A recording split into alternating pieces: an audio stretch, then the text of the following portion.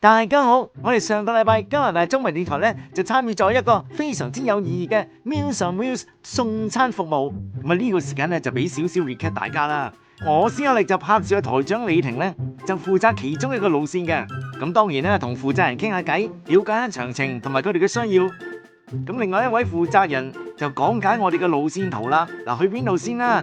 每個長者嘅特別需要咧，佢都好細心咁樣講解俾我哋聽㗎。聽完 briefing 之後，梗係咧將啲飯盒就擺落個保溫袋入邊啦。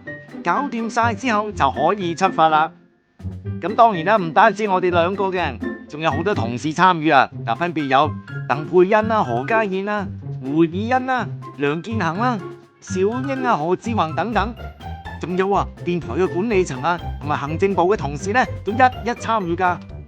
今次我哋服務嘅社區咧就係士嘉堡區㗎。其實真係好多個長者咧需要呢個送餐嘅服務，話咁快就到咗第一個目的地咯噃。嗱，每個老友記嘅需要咧都有啲唔同啊，有啲係行動不便啦，有啲就耳仔聽得唔好清楚啦，所以耐心係好緊要嘅，同要睇住個指示點樣做。有陣時打開門嘅朋友咧，其實係一啲看護嚟嘅，即係話呢個位長者咧有啲行動嘅不便。Riva 送完之後，咁啊梗係到我啦。咁啊除咗屋之外咧，仲有好多長者朋友住喺 condo， 大家咧都好需要個送餐嘅服務㗎。哇，咁快我哋就送晒今日嘅午餐啦！嗱，有興趣嘅朋友同團體咧，記住上呢個網站 mealsonwheels.ca 去參與呢個咁有意義嘅活動啦。